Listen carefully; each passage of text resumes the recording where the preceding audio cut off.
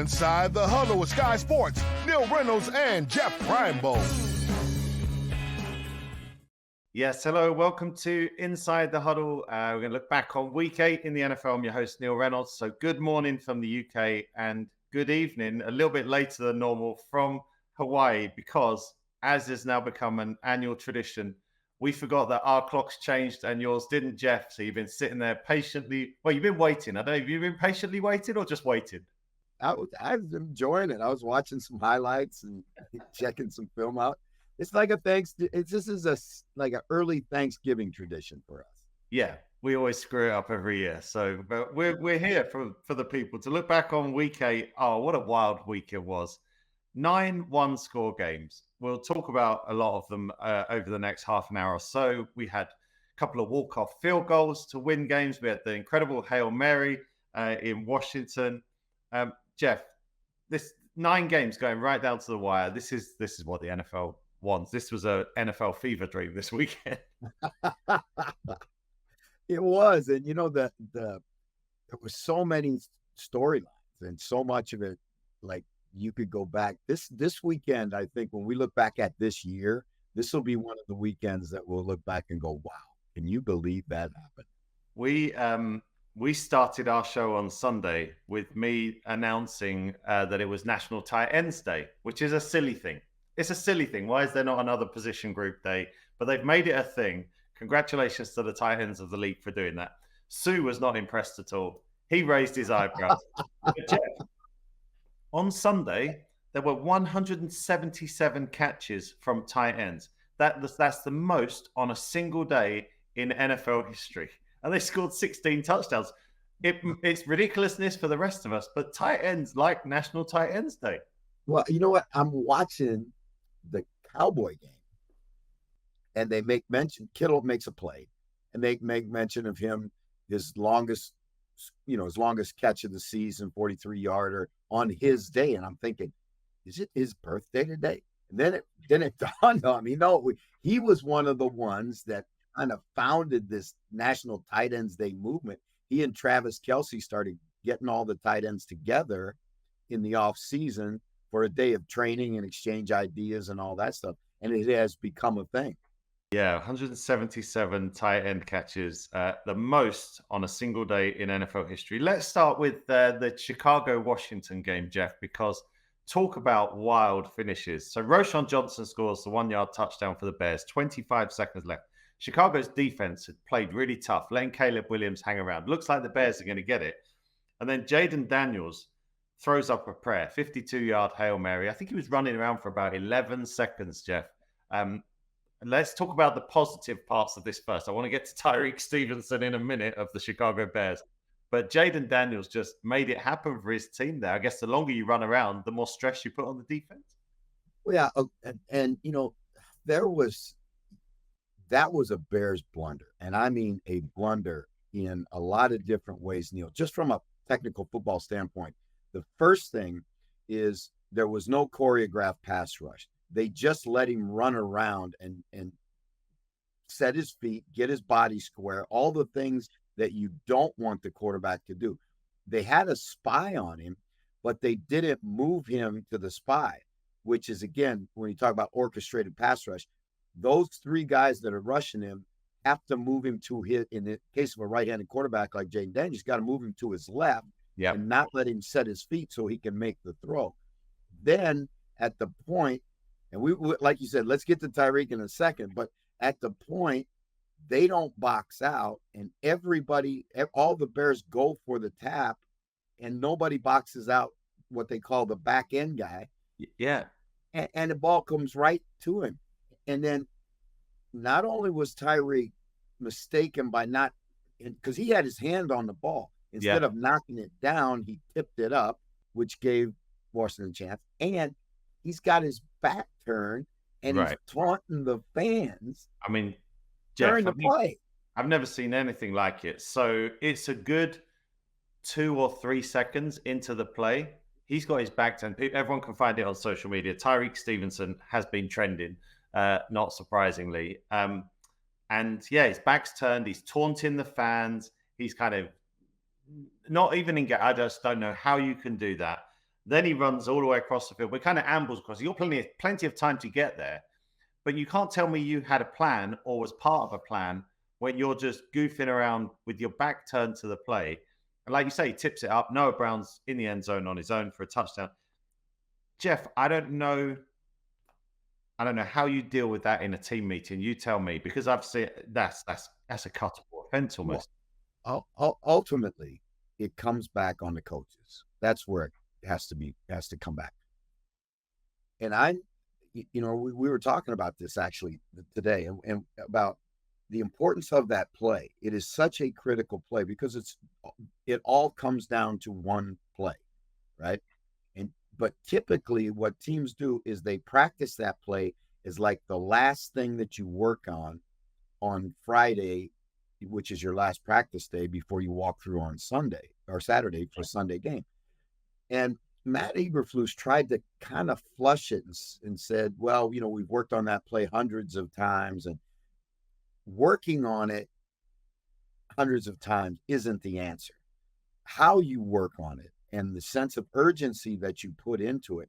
Obviously, the Bears didn't get it because, like I said, it was a fail at many different levels on that one play, and it cost them a game.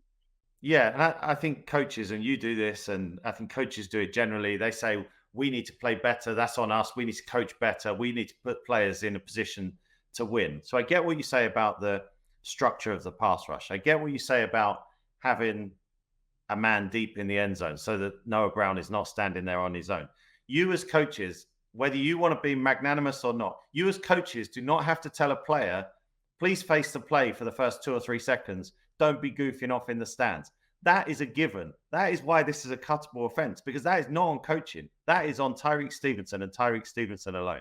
Well, I'm going to tell you something. Tyreek Stevenson is a second-round pick out of Miami. So he ain't getting cut. No, it's not going to happen. So, and he's in his go on, just go to on. Be real. Go on, give it a go. He's a really good young player. I mean, he's really a good young player. He's done some things in this league that and he's got a good future. Hopefully, he'll learn from this. The thing about learning from mistakes like this is they can cost you playoff opportunities. Think about the Bears now are trying to keep pace with the Lions in the NFC North and have a chance for a playoff bid. And it may all go, these kinds of plays come back and bite you in a place which is really tender. You have just hit the nail on the head, Jeff. There's too much invested in him, so they'll make it right. They'll fix it. They'll move on. But that was a shocker, and it was just kind of summed up the Sunday really, because the end of the early games was thrilling, and to have that in the late window as well was incredible. Let's move on to one of the early games. Philadelphia 37, Cincinnati 17. Jalen Hurts 4 touchdowns, 3 on the ground, 1 through the air, and Jeff, critically for Jalen, 3rd game in a row, no turnovers. So this is him now starting to tidy up and heat up, do you think? Yeah, and I'll be honest with you, I did not see this one coming. I thought Cincinnati would win this game. It was at home. Hurts has been struggling to throw the ball well. The good part, as you mentioned, is he hasn't been turning it over. And he didn't have – he accounted for 4 touchdowns. 2 of them were, short goal line runs, tush pushes. But the thing he did do is he hit Devonta Williams with a 45-yard touchdown pass, which was a huge play in a very close game. This is probably now the obituary of the Cincinnati Bengals, because this is a game they had just played well last week. The defense looked like were getting better, and they gave up over 100 yards to Saquon Barkley, which, he's let's face it, he's the second best back in the league next to Derrick Henry. But for the Eagles, the fact that your quarterback, your offense is so dependent upon him managing the RPOs and all the other things that they do for him, he has now started to look like the guy that took the Eagles to the Super Bowl a couple of years ago. Yeah, I think that's exactly right. Not always spectacular, but like you said, he hits Devontae Smith. He's got AJ Brown. Barkley gives them balance that maybe they didn't have before. and they just flexed their muscles, Jeff, on that game. They just, this was a game that was in the balance, 17 apiece. And, the Eagles marched away. And you're right to raise that question now about the Bengals, because their only wins this season have come against Carolina, Cleveland, and the New York Giants. This was their step up in class, and they weren't up to the level of the Eagles. No, they're not. And let's be fair, though, about the Eagles. I think the Eagles roster is probably the best roster in the division in the NFC East. They're not in first place. Washington is, but the Eagles have the ability, I think, to take that division and run with it.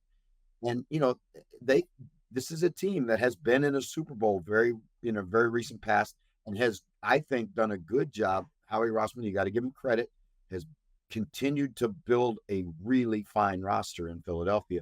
It's all going to come down to how Jalen plays. Yeah. They've won 3 in a row. The Eagles are 5-2 now. Let's go to a team that had won 5 in a row, the Baltimore Ravens, but they came up against the force that is Jameis Winston. I mean, who would have thought this?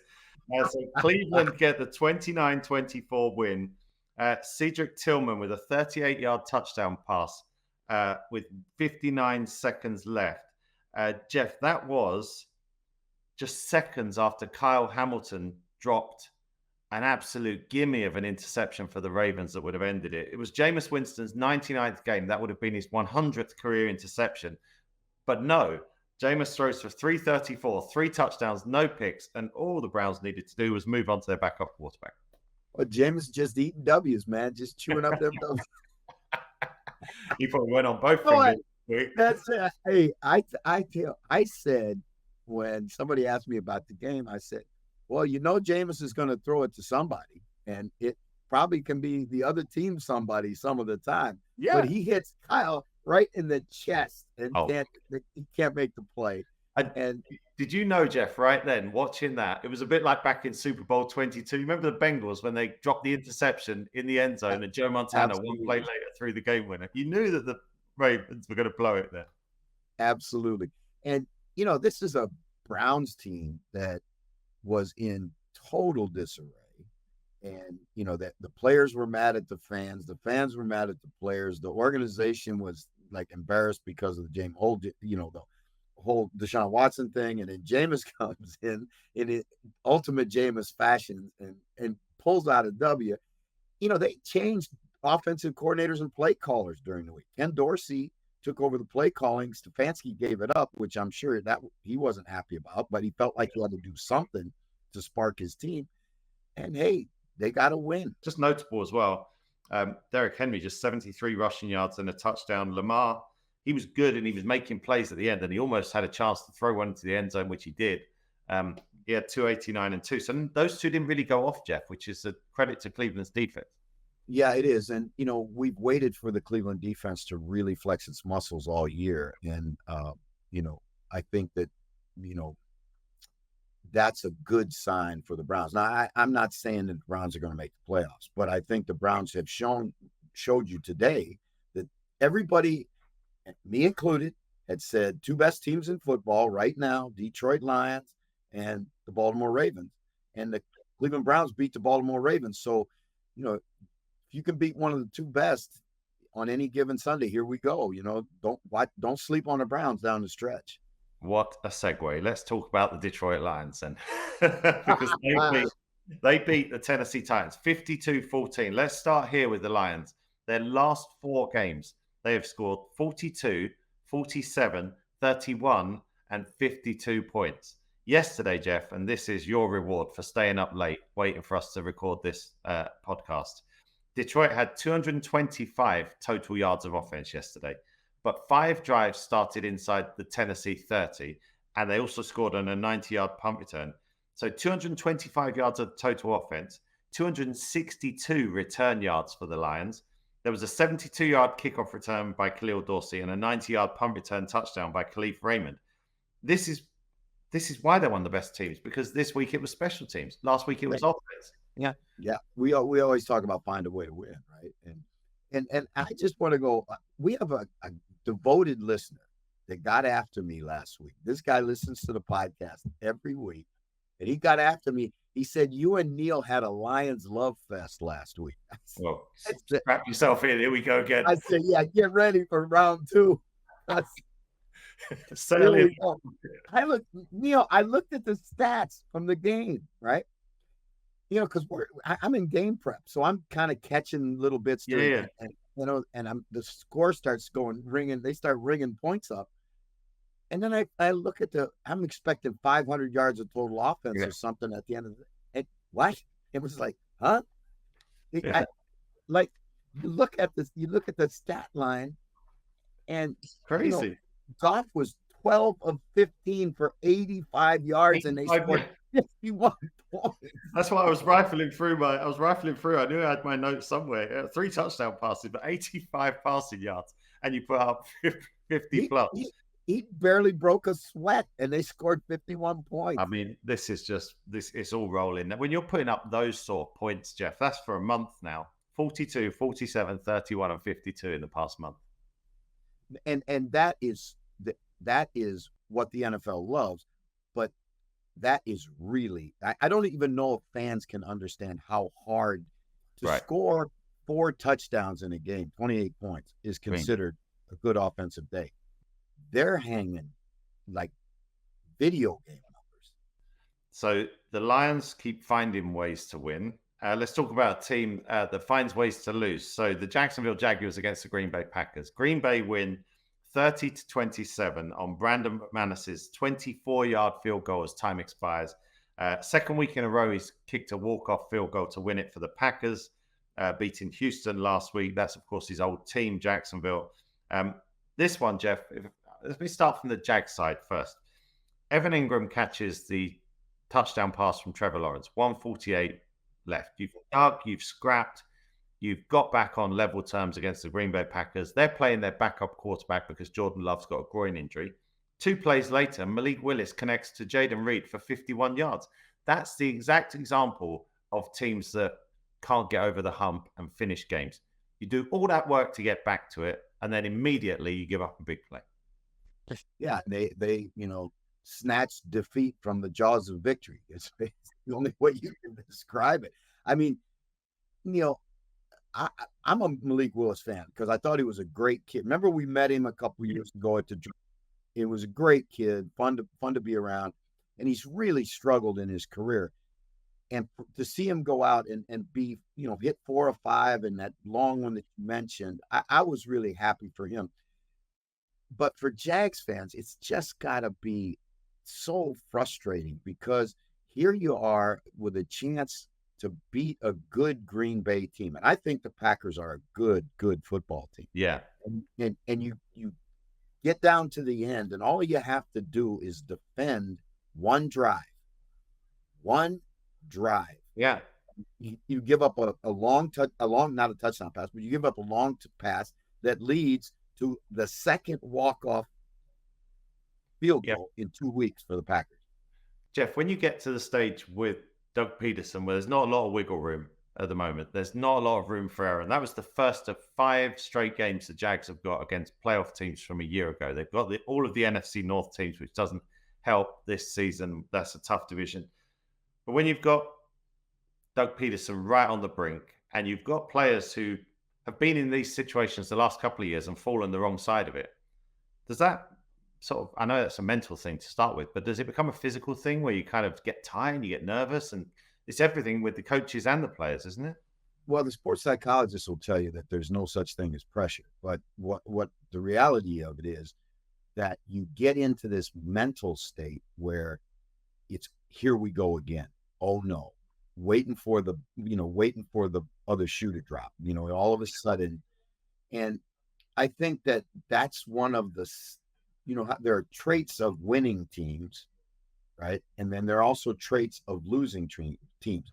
And right now, Jacksonville, they're in that mental,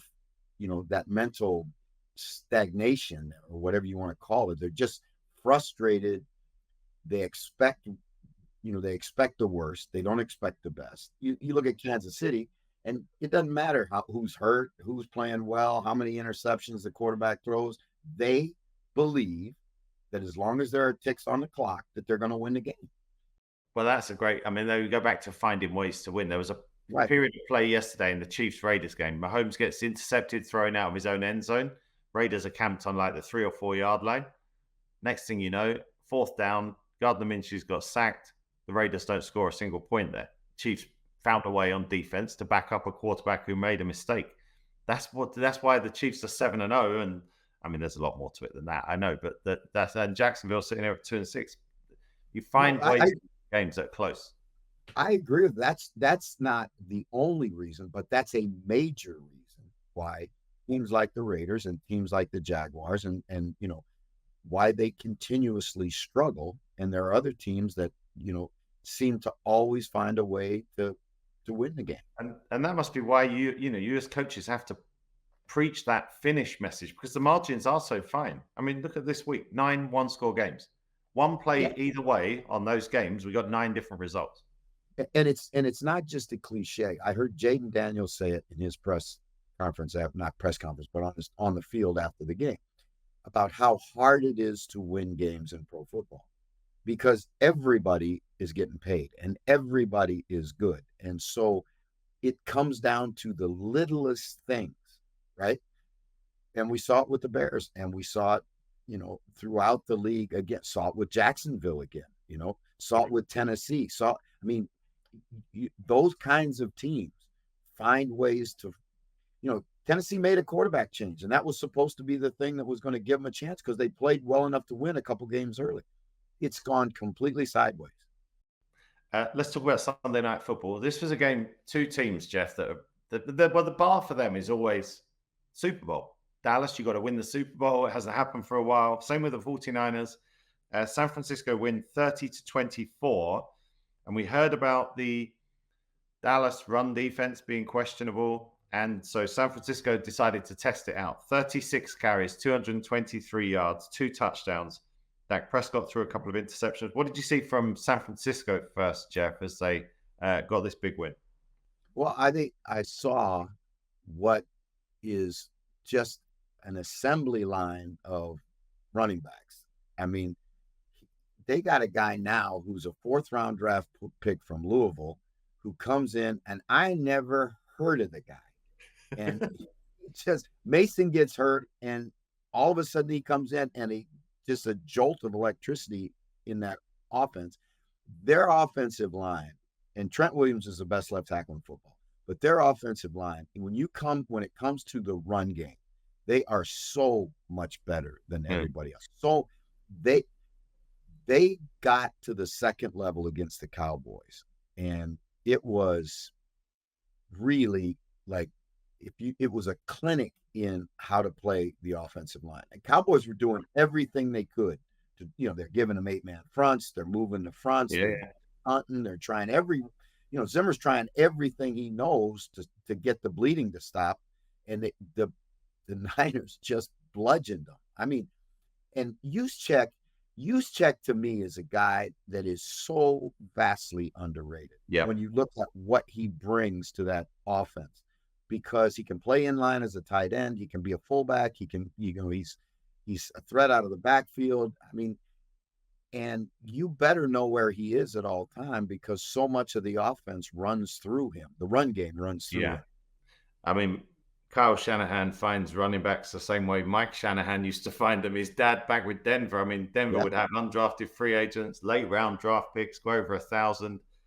That's what the 49ers do as well, don't they? They can plug guys in because they get the scheme up front for it. Yeah, and I think I know football players, a pretty good number of Garando. I never heard of this guy. Honest to God, Neil, I'm watching the game with Dennis Thurman, and this guy comes in and rips one off, like a 15-yard run. And I mean, he gets behind his pads and run. And that's the interesting thing. Just like his dad, he wants one cut up the field, zone runners that get between the tackles and make you pay. And, 4th rounder out of Louisville. Yeah. Here he is. Yeah, good work by Isaac Guerendo. Dak Prescott, a couple of interceptions again, Jeff. I mean, this is a guy, for whatever reason with Dallas, there's a big label on Dak now, $60 million per year quarterback. he and the team just aren't getting it done. No, they're not. And, what I saw with in my opinion, Dallas's offensive line, good enough, right? Tight ends. Ferguson's a good tight end. He's not a great tight end. He's a good tight end. Other than CD Lamb, who had 17 targets in this game, 17 targets. That's an obscene number of targets. 9 is considered a high number. He had 17. Why? Because he's the only weapon that's reliable to them. And this is the house that Jerry built. He could have gone out and got Derrick Henry, but he brought back 2 backs that are well past their prime. And, again, you got to live with your decisions. And right now, if you're a Cowboy fan, you got to be frustrated. You just reminded me of something I wanted to ask you. I'm glad you mentioned Jerry Jones. This is nothing to do with the game this week, but what do you make of the players and the reports coming out, the players saying they feel like animals in the zoo while these tours are going on, and players that I thought there would be some limits where it was off limits. The players apparently are in hot tubs and people are walking past. And Jerry said if anyone complains about that as a player, they're swimming against the tide anyway. I mean, in other words, put up with it. What did you make of it? Well, I think that's one of the reasons why the Cowboy job, in my opinion, is one of the premier jobs in the league from the outside. But when you get to the inside and you have the day-to-day workings of how that organization runs, I remember when Jason Garrett was there, and I took my son to minicamp, and I saw that actual thing that you're talking about. Guys after practice are in the locker room, and the locker room at most NFL facilities belongs to the players. That's their inner sanctum, and you don't go in there. And they've got people wandering through on some tour that, I'm sure they're somebody that wants to, they want to invest or become partners or, sponsors or whatever. And I get the business part of the business, but Jerry, it's the most valued franchise in the league. I mean, but it's one of the most underperforming franchises in the league as well. I mean, Jerry Jones, you kind of think, when is enough money enough? What are you making on these tours that's so valuable to you that it might impact not picking up a Super Bowl since 1995? Well, you hit it right on the head. It's not about when is enough money enough money. When is enough attention, your personal attention, enough personal attention? Right. Why do you insist on having a radio show, right? And talking about things that you wouldn't want your head coach to talk about, player injuries and things like that every week. And you create your own dramas on a team that frankly has become like a reality TV show. Yeah, they really have. Let's talk players of the week. I'm not going to do it. I'm not going to. I love it. And no one needs to see that, but it's got to be Jameis. I mean, famous Jameis gets the job done. No one expected them to knock off the red-hot Baltimore Ravens. He is one of those, as you said, Jeff. He's every bit as likely to throw it to the other team on every pass. So it's a wild ride. It's an adventure. But look, he got the job done. Over 300 yards passing, 3 touchdowns against the Baltimore Ravens. So. Yeah, and I'm not an anti-Jameis guy. I think he's kind of fun. He's kind of goofy.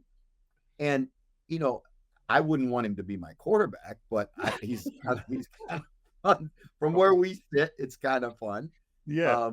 And I think that's a fair one. I mean, that's you're asking him to come in and beat the quote one of the best defenses in the National Football League, and he just, like I say, he's just oblivious enough to go in and do it. That's it. Beautiful obliviousness from Jameis Winston. Coach of the week for you, Jeff. You know what? I'm going to go back and this is round 3 of our Lions Love Fest today on Inside the Huddle. I'm going right to Dan Campbell because you know what? He got a team that was, had every reason to fall into a trap with the Titans, right? I mean, every reason to come out and not perform well. Every reason to make that game, allow it to be closer than it needed to be. And they didn't. They had the killer instinct that great teams have. And that comes from preparation, and the preparation of a football team ultimately is the number one responsibility of the head coach. So I'm going to give it to Dan Campbell. I think that's a good one because they didn't. I wrote this week in my picks column that they just need to take care of business, avoid stubbing their toe, and they will be fine against the Tennessee Titans. But it was one of those games that you see rear up every now and then. And to broaden it out, Jeff, to their whole season, I told you this earlier. Dan Campbell told me in the summer, we're the target now. We're the target. We're going to take everyone's best shot, and they have had to take some shots, and they're 6-1. So he's done what he did. Now, here's the thing. Here's another. You're the stat guy in this duo, but I wonder what you're going to call it then. The Detroit Lions are now, after 8 weeks of the season, their point differential is plus 100. That's crazy. Plus 100. That's well. There's no way to there's a long way to go, but that's Super Bowl form. They look like a Super Bowl team. They were, and that's where again, Dan Campbell had to pick this team up off the mat. When you get literally all the way to the top of the mountain, apart from the final climb, and then you got to start back down here again, and you're in mini camps and training camp, and you got to work your way back up. And so far, so good for the Lions. But he's backed up everything he kind of said in the summer that they had to be on their guard. In fact, it was. If you think about it, his post-game interview after they lost to the 49ers, he spoke within minutes of losing the NFC Championship game about how hard it would be to get back because there was a target on them. He set the bar right there and told his guys as they headed into the offseason, it's going to be even harder next year, so you better put extra work in.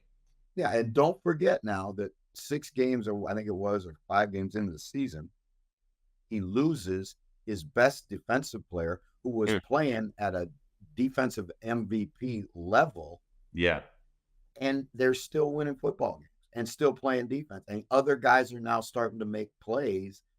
You lose a guy like Hutchinson, that is, think about what it meant for San Francisco when Bosa was down. Right? Yeah. Those edge pass rushers are worth their weight in gold. That's why they get paid so much money. Yeah, I mean, they came up with a game plan which was just score 780 points every week, and then it doesn't matter. Hey, so whoever the listener or viewer is who doesn't like the Lions, we do. Yes, we do. I can quite a lot. So. And tune in next week for another episode of Lions Love Fest. Hey, spin-off podcast. There you go. We've always got to be looking at business opportunities. That's right. We're just like Jerry Jones. Who are we kidding? Exactly. There's going to be a tour going past your office in a minute. All right, Jeff, we're going to let you head off. Thank you for being patient and waiting for us to join you today. And we'll be back, myself and Jeff, next week to look back on week 9 in the NFL. Until then, say goodbye to the good folks, Jeff. Aloha.